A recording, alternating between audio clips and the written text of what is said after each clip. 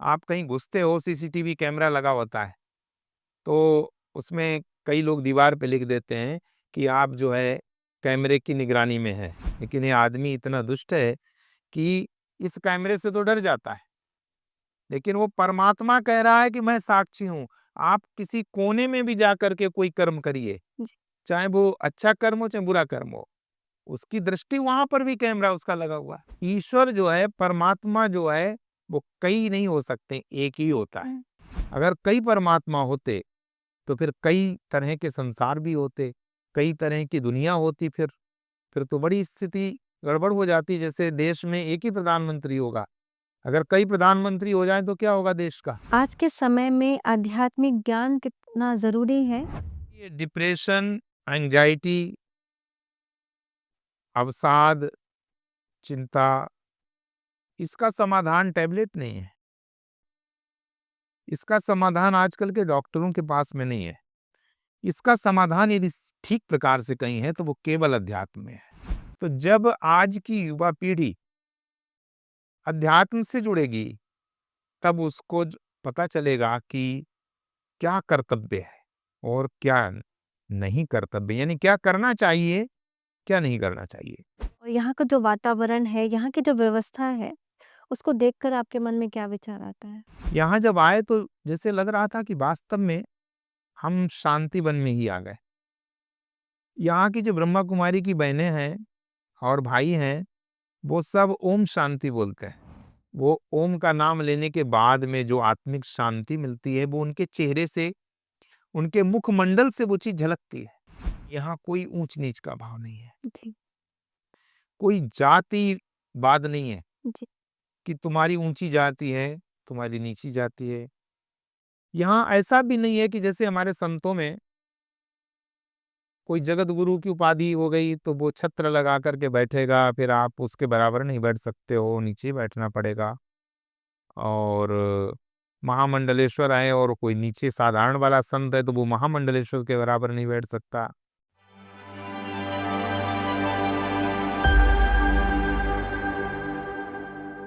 नमस्कार, Om Shanti. Mindful moments में कई हस्तियों को अब तक हम सुन चुके हैं और हम देखते हैं कि हर किसी में कोई न कोई ऐसी खास बात ज़रूर होती है, जिससे शिक्षा लेकर हम अपने जीवन में आगे बढ़ सकते हैं।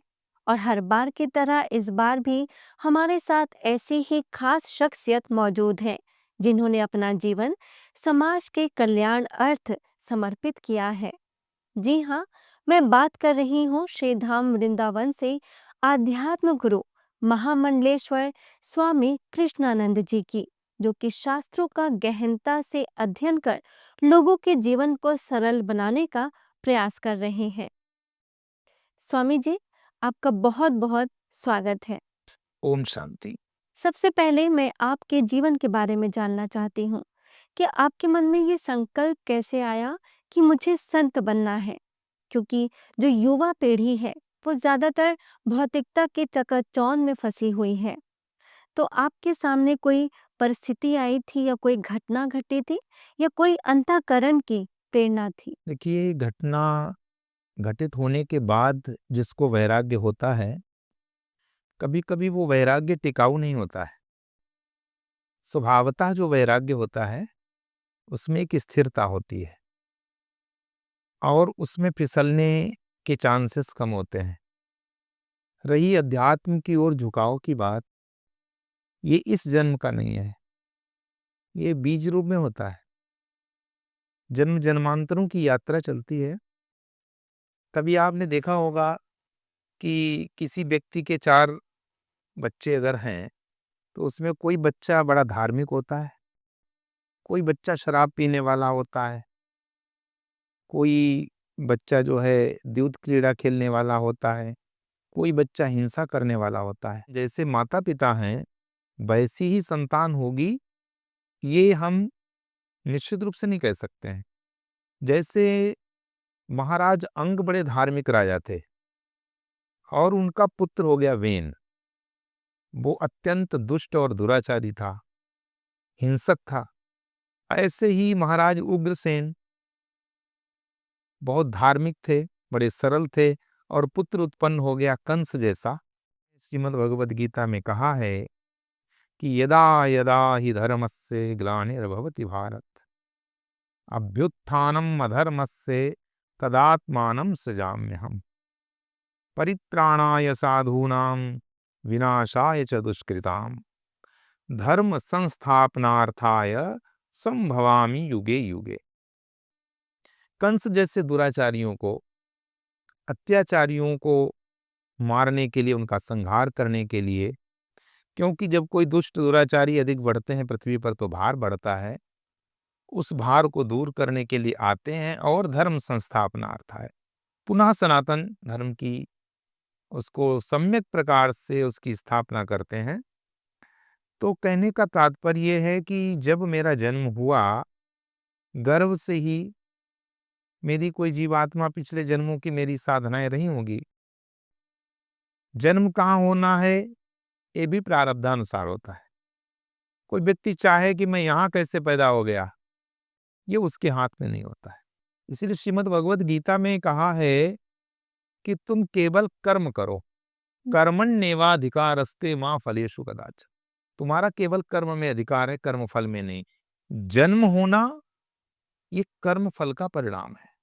तो मेरा जन्म हुआ, मैं विद्यार्थी जीवन में था, उसी समय मैं बैठता था, पढ़ने जाना है और उससे पहले मैं प्राणायाम करता था, संध्या वंदन करता था, गायत्री का संध्या वंदन करता था।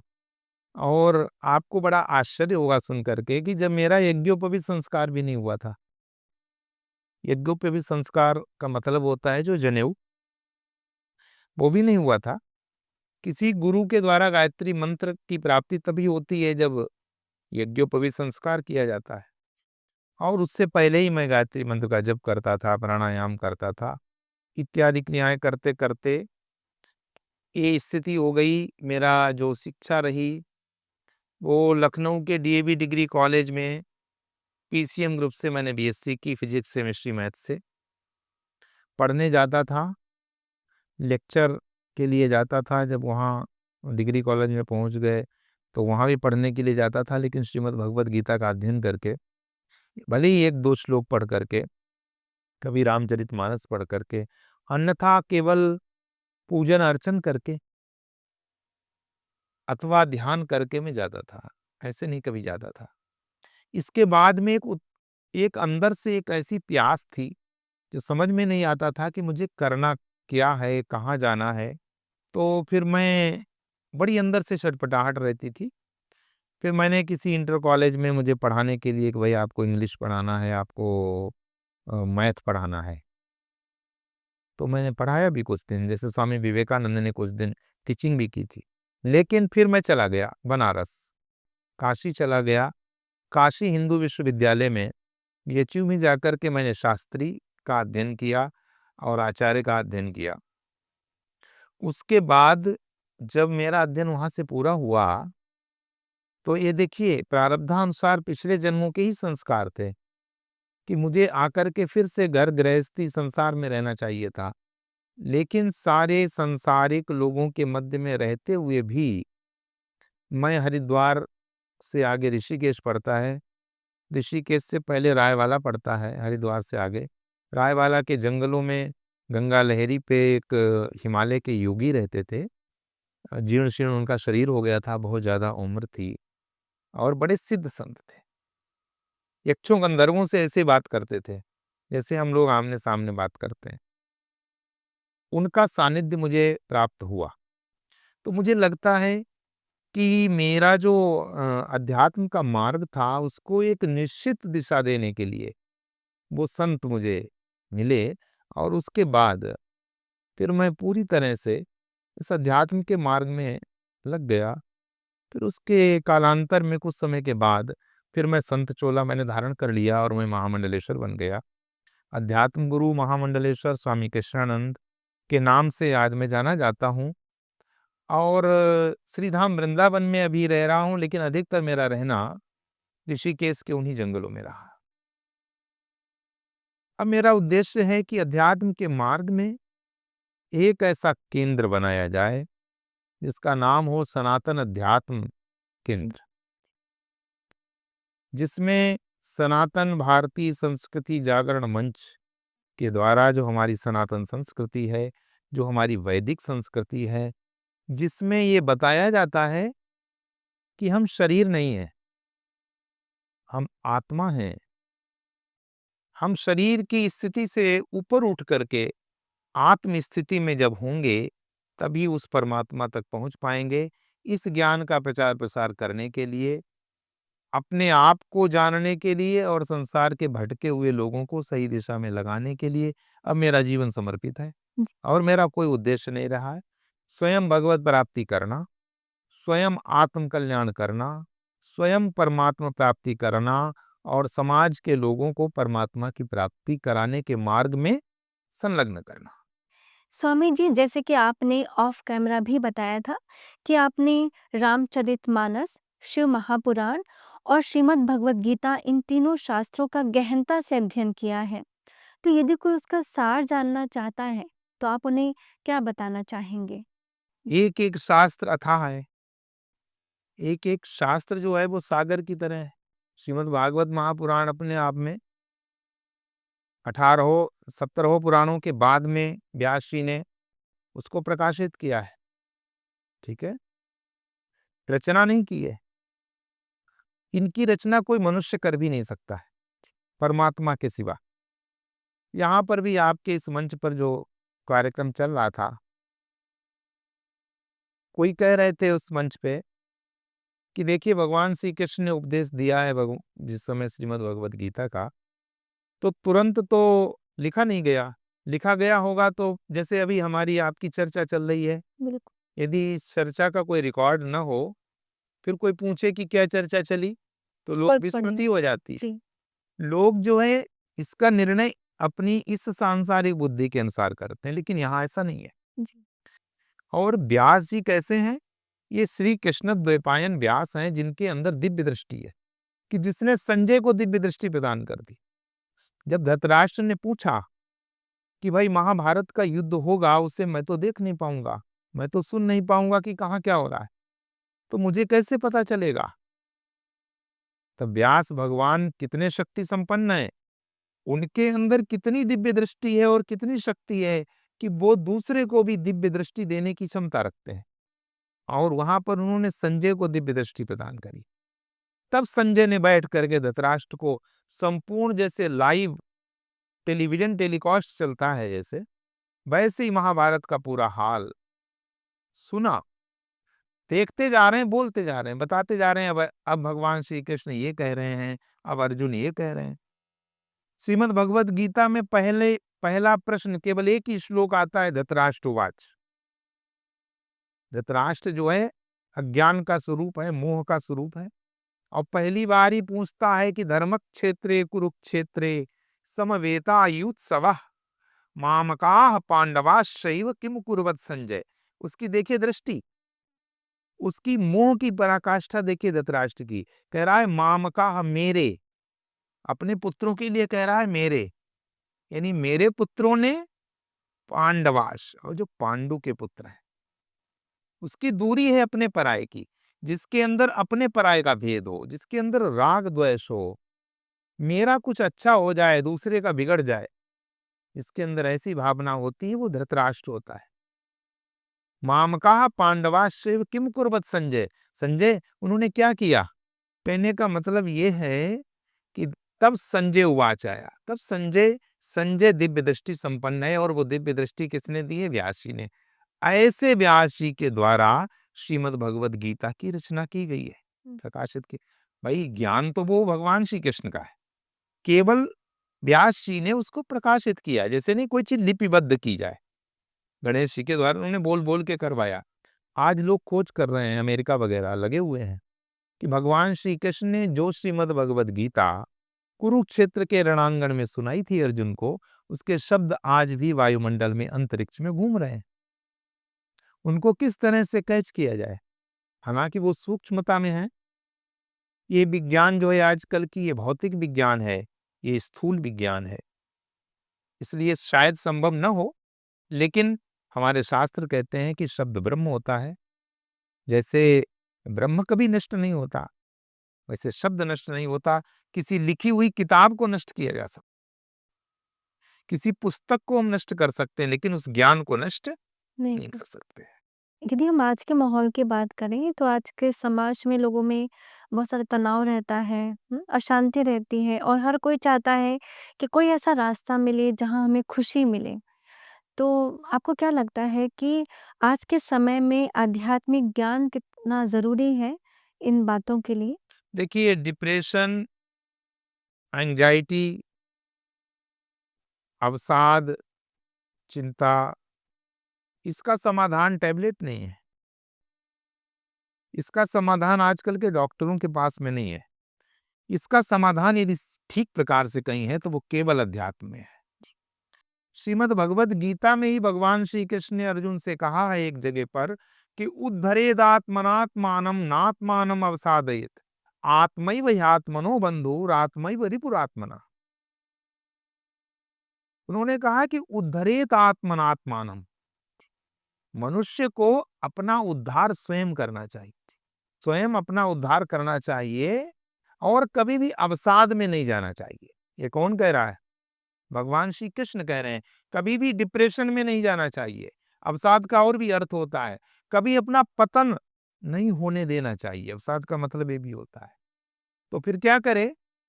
बोले ये मनुष्य जो है आत्मैव आत्मनो बंधु, स्वयं ही अपना ये मित्र है और आत्मैव रिपुरात्मना, ये स्वयं ही अपना शत्रु है। अगर आप सतमार्ग पे चलोगे, भगवद आज्ञा के अनुसार चलोगे, नीति के अनुसार चलोगे, तो आप ही अपने मित्र हो, अपना कल्याण कर लोगे। अगर इसके विपरीत चलोगे तो आप ही अपने शत्रु हो, अपना विनाश कर लोगे। जैसे क्रोध करना विनाश का रास्ता है।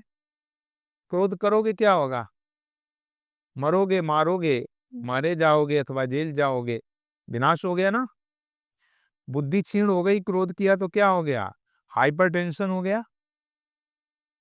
क्रोध करना भी अधर्म है, हमारे शास्त्र कहते हैं।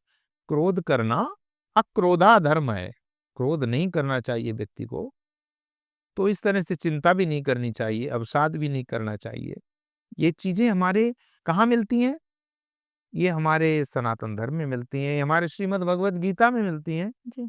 उस परमात्मा के द्वारा जो दिव्य ज्ञान दिया गया है, ये चीजें उसमें मिलती हैं।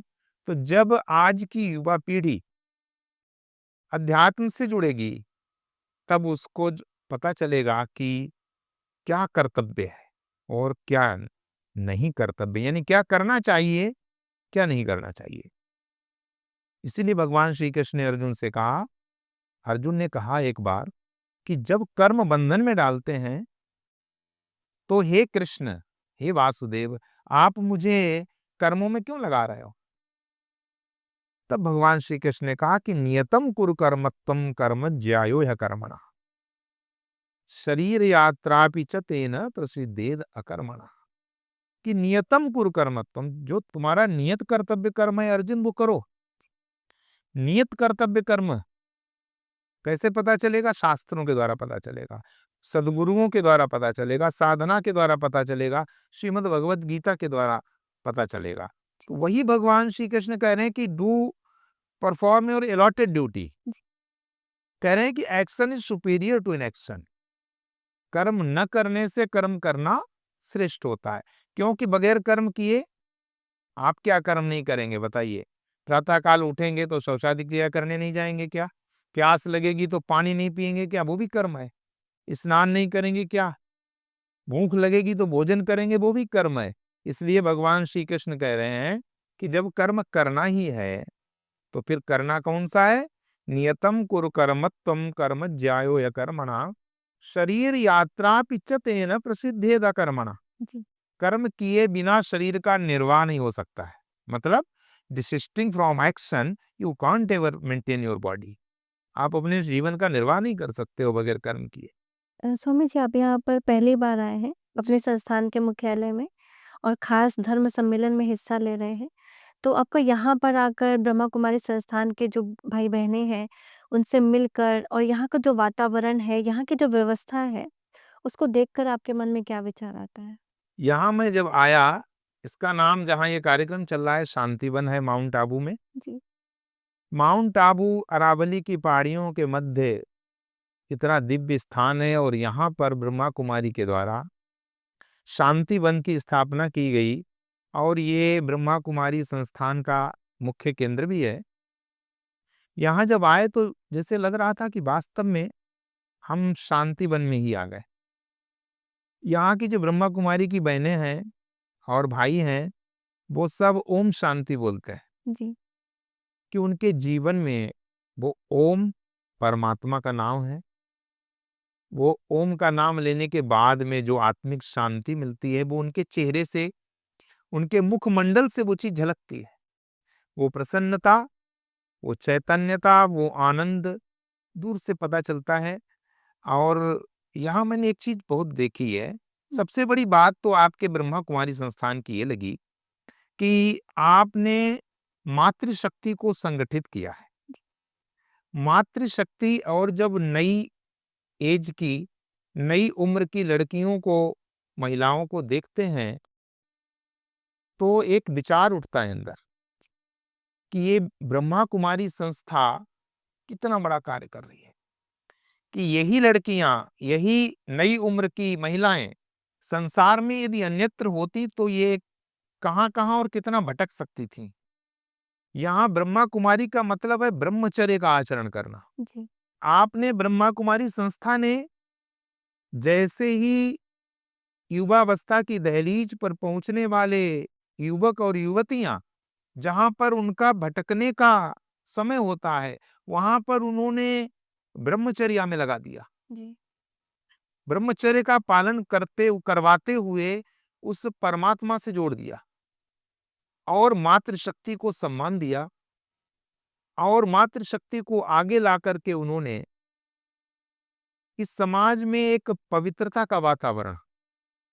स्त्री एक ऐसी चीज होती है, पुरुष अगर कोई बिगड़ता है तो केवल अकेला बिगड़ सकता है। पुरुष अगर अपना पतन करने पर आ जाए तो केवल अपना ही पतन होगा उसका। स्त्री अगर अपने पतन पे आ जाए, स्त्री यदि बिगड़ जाए तो पूरा कुल बिगड़ जाता है। स्त्री यदि बिगड़ जाए तो पूरा समाज बिगड़ जाता है। स्त्री यदि बिगड़ जाए तो पूरा देश, पूरा राष्ट्र बिगड़ जाता है। जी। इसलिए ब्रह्मा कुमारी के द्वारा स्त्रियों को एक नया मार्ग दिया है उन्होंने, जी। ब्रह्मा कुमारियों के रूप में, और परमात्मा के उस दिव्य ज्ञान से जोड़ दिया है।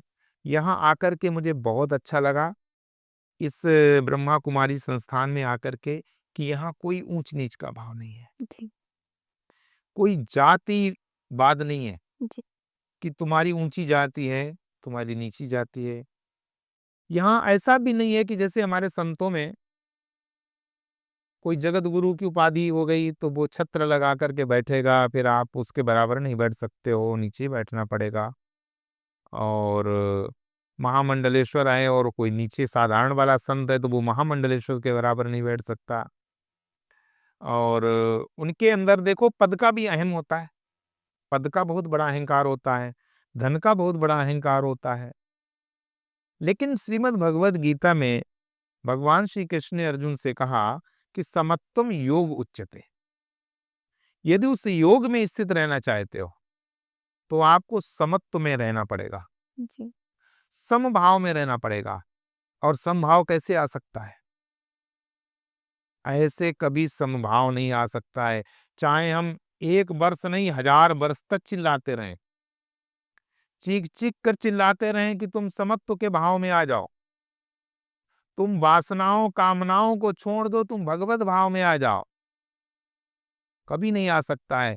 समत्व का भाव तभी आ सकता है जब मेरे अंदर भगवत भाव आ जाए। समत्व का भाव तभी आ सकता है जब हमारे अंदर परमात्म भाव आ जाए। सभी हमारे ब्रह्मा कुमार ब्रह्मा कुमारियां उसी परमात्म भाव से कि सब हम उसी बाबा की संतान है, शिव बाबा की संतान है। शिव बाबा कहो, शिव ईश्वर कहो, शिव परमात्मा कहो, एक बात तो सभी को माननी पड़ेगी जी। कि भगवान जो है, ईश्वर जो है, परमात्मा जो है, वो कई नहीं हो सकते, एक ही होता। ऐसा नहीं हो सकता है कि हम सनातनी हिंदुओं का परमात्मा अलग है, ब्रह्मा कुमारियों का परमात्मा कोई अलग है। कोई ईसाई आकर के कहे कि मेरा परमात्मा अलग है, कोई मुस्लिम आकर के कहे कि मेरा परमात्मा अलग है। परमात्मा, अब ऐसे उन्होंने भी कहा कि गॉड इज वन, जी। ईश्वर एक है, उन्होंने इस बात को माना। सिख धर्म में जाओ तो गुरु नानक को, जब वो इनलाइटेंड हुए गुरु नानक, तो उन्होंने भी कहा एक ओंकार। ऐसे ही ये परमात्मा जो है, अपने सनातन हिंदू धर्म वाले जो जी। अलग अलग मानते हैं, अलग अलग नहीं है, वो रूप अलग अलग धारण कर ले अपने भले, लेकिन है तो एक ही। अगर कई परमात्मा होते तो फिर कई तरह के संसार भी होते, कई तरह की दुनिया होती, फिर तो बड़ी स्थिति गड़बड़ हो जाती। जैसे देश में एक ही प्रधानमंत्री होगा, अगर कई प्रधानमंत्री हो जाएं तो क्या होगा, देश का, राष्ट्र का क्या होगा, नहीं चल पाएगा। इसीलिए हमारे श्रीमद् भागवत महापुराण में आया है, पहला श्लोक ही बताया गया है परमात्मा के लिए कि जन्माद्यस्य यतोन्वयादितरतश्चार्थेषु विज्ञासराट। जन्माद्यस्य यतः, और ब्रह्म सूत्र वेदांत का भी पहला सूत्र यही है। अथातो ब्रह्म जिज्ञासा, ये पहला सूत्र है। और दूसरा है कि जन्माद्यस्य यतः, ये सूत्र है। इसका मतलब क्या है? बोले ये सृष्टि जिसके द्वारा होती है, ये पालन जिसके द्वारा होता है, और फिर संहार जिसके द्वारा होता है, तीनों काम जिसके द्वारा होते हैं, वही परमात्मा है, वही ईश्वर है। ये कहीं नहीं हो सकता है। वही जो ओमनीपोटेंट है, जो ओमनीवेयर है, जो ओमनीसाइंट है, वो परम सत्ता कह रही है कि आत्मेश्वर, मैं ही ईश्वर हूं। उपद्रष्टा, उपद्रष्टा का मतलब होता है कि मैं ही साक्षी हूं, पूरा संसार मैं ही देख रहा हूं मेरी दृष्टि से। जैसे आप कहीं घुसते हो, सीसीटीवी कैमरा लगा होता है, तो उसमें कई लोग दीवार पे लिख देते हैं कि आप जो है कैमरे की निगरानी में है, इसलिए लिख देते हैं कि कोई ऐसी वैसी कोई घटना न करे, देख ले तो थोड़ा डर जाए। लेकिन ये आदमी इतना दुष्ट है कि इस कैमरे से तो डर जाता है, लेकिन वो परमात्मा कह रहा है कि मैं साक्षी हूं। आप किसी कोने में भी जाकर के कोई कर्म करिए, जी। चाहे वो अच्छा कर्म हो चाहे बुरा कर्म हो, उसकी दृष्टि वहां पर भी कैमरा उसका लगा हुआ है, जी। वो देख रहा है, इसीलिए उसको साक्षी कहा गया है। तो आत्मेश्वर, उपद्रष्टा, वो साक्षी है। स्वयं दृग विशेषण, स्वयं दृग का मतलब होता है स्वयं प्रकाश है, वहां कोई सूर्य चंद्रमा का प्रकाश नहीं पहुंचता है, स्वयं प्रकाश है, और उसकी कोई उपमा नहीं दी जा सकती है। यानी उसका कोई, अगर हम एग्जाम्पल देना चाहें परमात्मा का कि दूसरा उसकी तरह कोई है, तो कोई दूसरा उसकी तरह होता नहीं है। जी। जी, आपने बहुत अच्छा बताया। मैं अभी दर्शकों के लिए एक सवाल पूछना चाहती हूँ कि जैसे हर कोई चाहता है कि उसका जीवन खुशहाल बने, स्ट्रेस फ्री लाइफ बने, तो आप उन्हें कम शब्दों में क्या मंत्र देना चाहेंगे? खुश रहने का, अगर एक लाइन में हमसे कोई मंत्र आप पूछें, तो हम दूसरों को खुशी देने का संकल्प कर लें। आज से संकल्प कर लें कि मेरे द्वारा किसी को रोना न पड़े। यदि आज से हम संकल्प कर लें कि मेरे द्वारा दूसरों को खुशी मिले, मैं ऐसा काम करूं, जी। ऐसी वाणी बोलूं, ऐसा कर्म करूं, यदि मैं आज से दूसरों को खुश करने का प्रयास करने लग जाऊं, तो उसी दिन से मैं स्वयं ही खुश रहने लग जाऊंगा। जी, आपने बहुत अच्छी आज एक बात कही कि यदि हम दूसरों को खुशी देते हैं, तो निश्चित रूप से उनकी दुआओं से हमारा जीवन भी खुशहाल बनने लगता है। क्योंकि हम दूसरों को जो भी बाँटते हैं, वो वापस लौट कर हमारे पास ज़रूर आता है। आपने अपना कीमती समय निकाला, इसके लिए आपका बहुत-बहुत धन्यवाद। आपको भी बहुत बहुत साधुवाद है, बहुत बहुत धन्यवाद है। तो दर्शकों, ये थे हमारे साथ स्वामी कृष्णानंद जी महाराज, जिन्होंने अपने अनुभव के आधार पर न केवल खुश रहने का मंत्र दिया, बल्कि जीवन का सार भी बताया। उम्मीद करती हूँ कि आपको ये एपिसोड यूजफुल लगा होगा। अगली बार फिर होगी किसी खास हस्ती से मुलाकात। तब तक के लिए नमस्कार। ओम शांति।